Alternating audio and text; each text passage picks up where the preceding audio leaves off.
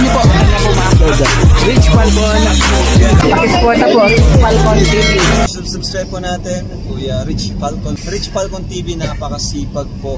And maasahan po talaga. One call away din po. Kalingap partner. Okay. Rich Falcon TV. Shout out, mga kalingap. God bless.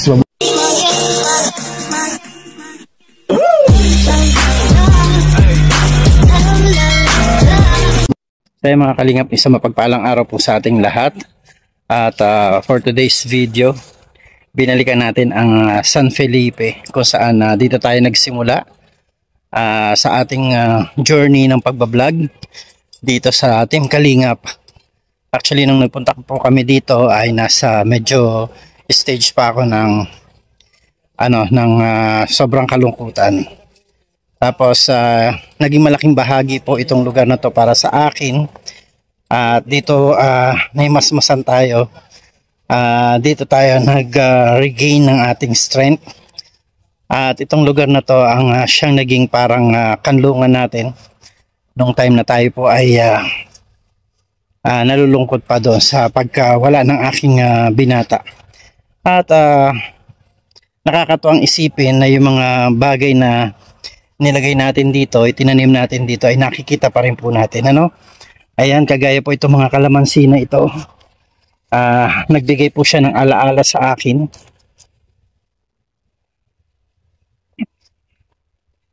Yan, mga kalamansi. Yung kubo ko po ay medyo parang nasira na. Ayan po yung mga kalamansi, buhay pa. Buhay pa sila. Sana ay magtuloy-tuloy pa rin.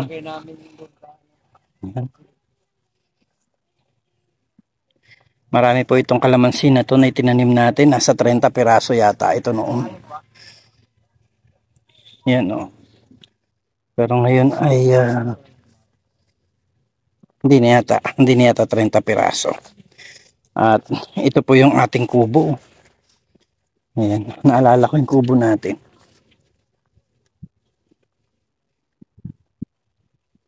Medyo nasira na yung kanyang mga inanay na yung kubo. Yung mga tulugan ay medyo sira-sira na. At yung upuan kung saan dito tayo nagpapahinga dati. Minsan pag napupunta dito sila Kuya Bal, ito po ay nagiging pahingahan din nila. Yan o. Ngayon po kung makikita ninyo ay napuno na po ito ng kasagingan.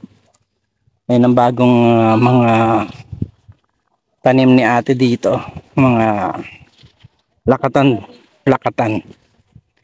Yan, so ganda na.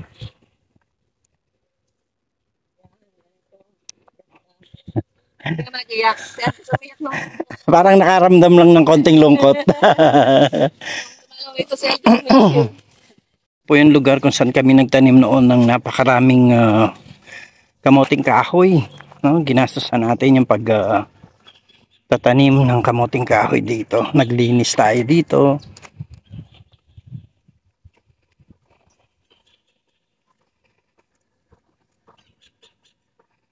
Yan, masarap lang din pong alalahanin yung mga nagdaang panahon na nandito tayo sa lugar ng San Felipe.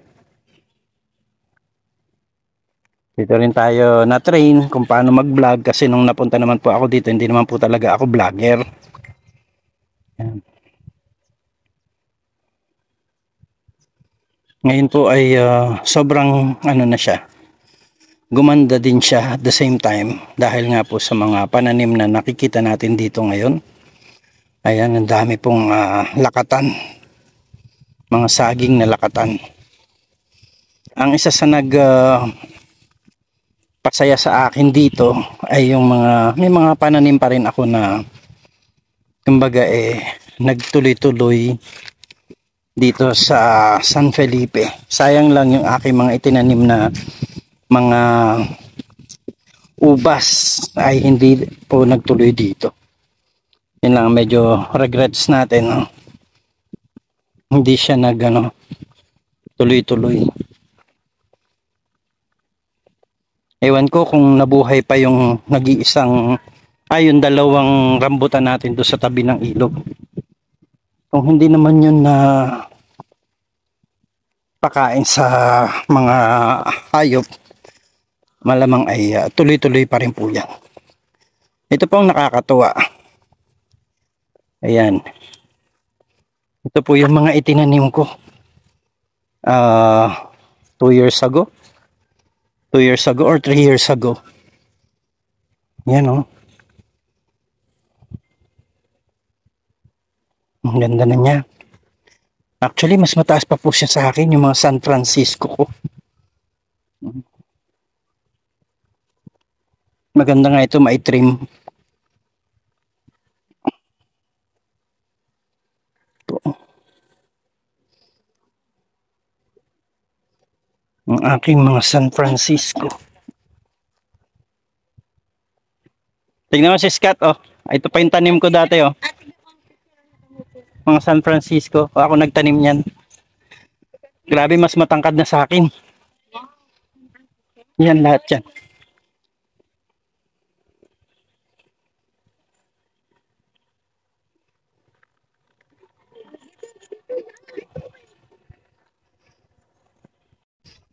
Grabe po. Ang ganda na ng mga San Francisco na to. Kumbaga, ito yung mga sinimulan namin mga itinanim dito. Actually, meron pa pong San Francisco doon sa baba. Pero ito, ganda. Kasi mas matatangkad pa po siya sa akin ngayon, yung mga San Francisco na yan. Ibig sabihin, may mga nabubuhay pa rin po na mga halaman dito. Lalo na ngayon, oh. Naging sagingan na po itong farm ni Ate Edna. Bukod sa mga buko, ay marami na rin po siyang saging. Oh, grabe. Namin dati ng mga Carabao grass. Talagang hindi namin yan tinanggal dahil isa po ito sa makakapagpaganda sa paligid. So ayan, oh, mga Carabao grass, ganda na. Ito yung mangga na ipinatanim ni Ate Edna dati. Nag-ano rin siya, naging maganda din siya. Meron pa po tayong mga San Francisco dito na itinanim. Ayan, oh, kagaya nito. Yan. San Francisco. Yan, at saka itong mga blue pea. Itong blue pea na ito ay ano natin to eh. Tanim natin yan. Meron yan dati dito kasi kabilaan yan siya.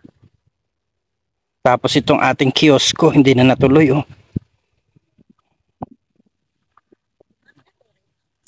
Hindi po. Ito lang ang dalawa. Hindi yan mangga.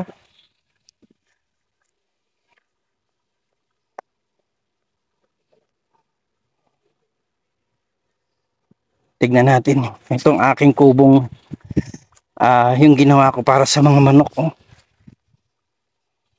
Wala na. Nagiba na din. Sa tagal ng panahon, lahat ng bagay talaga, oh, nating is permanent. Pero buo pa yung mga kulungan. Saan tayo na nagalaga ng itik? Buo pa siya.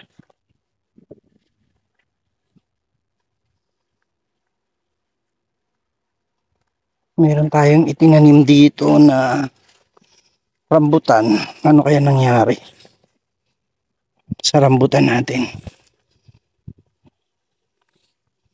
Parang bayabas na ang pumalit.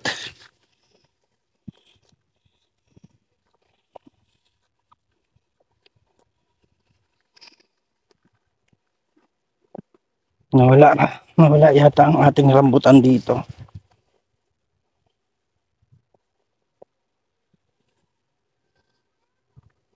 Wala na yung rambutan. Baka natuyo na siya.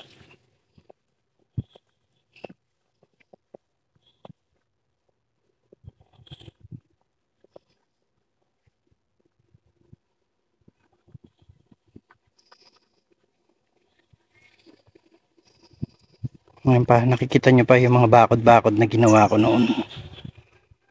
Yung mga bakod na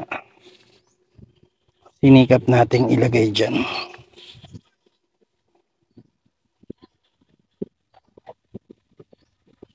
Ito yung ano ko ng ampalaya dati. Matibay pa din siya. Nawala ang rambutan natin dito.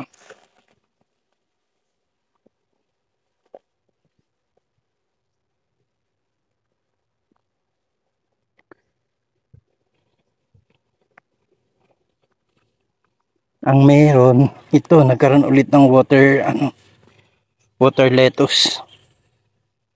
Dating ipinakain natin sa mga alagang itik. Yan no, water lettuce na yan. Kaya nagtanim tayo dito ng kangkong. Maraming kangkong dito dati.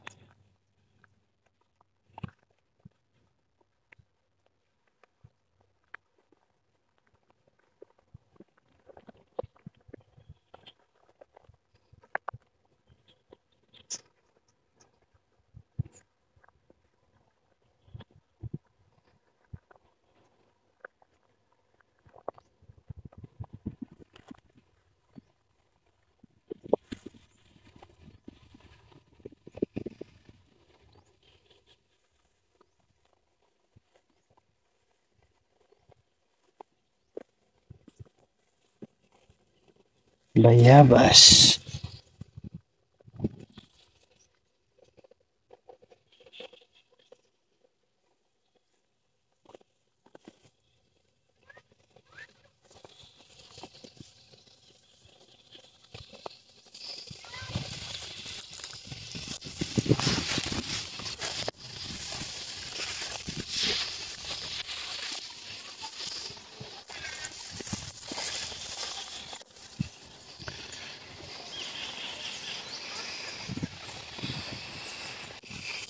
Grabe, eto pa, nandito pa yung mga kangkong.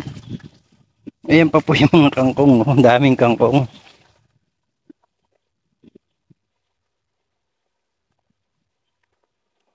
Dami, oh. Mga tanim naming kangkong.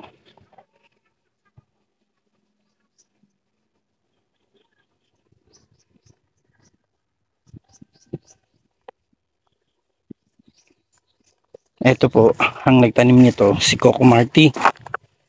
Dun sa ban na to. Ay, hindi, si Jose pala. Yan, si Jose ang nagtanim nitong ano na to. Saba. Nagtuloy-tuloy naman siya. Tsaka dumami. Naging maganda. May bunga. Ayun, may bunga.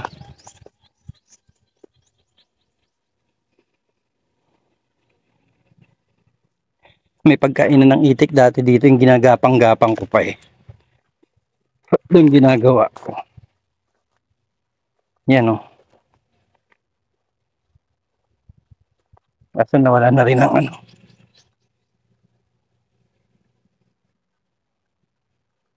Everything is subject to change. Kaya po nagkaganon. Ito may mga tanim pa tayo dito. Dito dati nakalagay yung ating mga ano, yung mga strawberries. Pero ngayon wala na siya. Yan o. Lumaki yung tinanim kong ano dyan o. Tawag dito. Kamansi. Yan. Yan yung kamansi.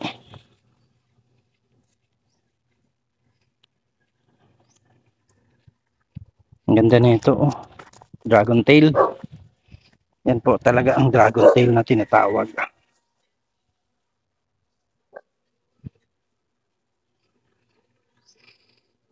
Ganda.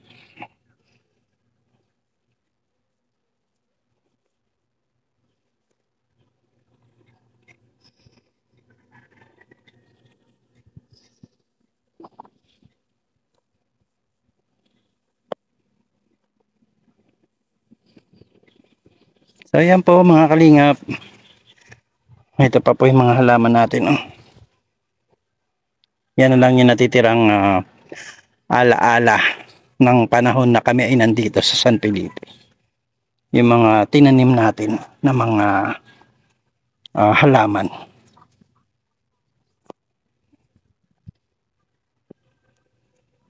Ayan po, nakakalungkot mang isipin na tayo ay nawala dito sa lugar ng San Felipe. Pero nakakatuwa rin naman na balikan yung lugar na kung saan ay naging malaking bahagi ng iyong pagkatao, naging malaking bahagi ng buhay mo. Ayan, ito nga po yung lugar nila Kuya Bal Santos Matubang. Dito po sa San Felipe. Ayan, nakakatuwa na nakakalungkot. Pero ang maghalaga ay nagpapatuloy. At ang laki na po ng improvement ngayon itong lugar na to. Ayan, shoutout po sa ating lahat. God bless at magandang buhay po. Ayan. See you next live. God bless po. Support po. Kuya Bal Santos Matubang, Ate Edna Vlogs and Kalinga Prab. At huwag niyo pong kalimutan ng aking may bahay, Aljos Eagle. God bless you po sa mga hindi pa po naka-subscribe sa ating munting channel. Please do like, share, comments, and sub po. Ayan, huwag po na ninyong kalimutang pindutin ang notification bell para lagi po tayong updated sa ating mga videos. Magandang buhay po. God bless.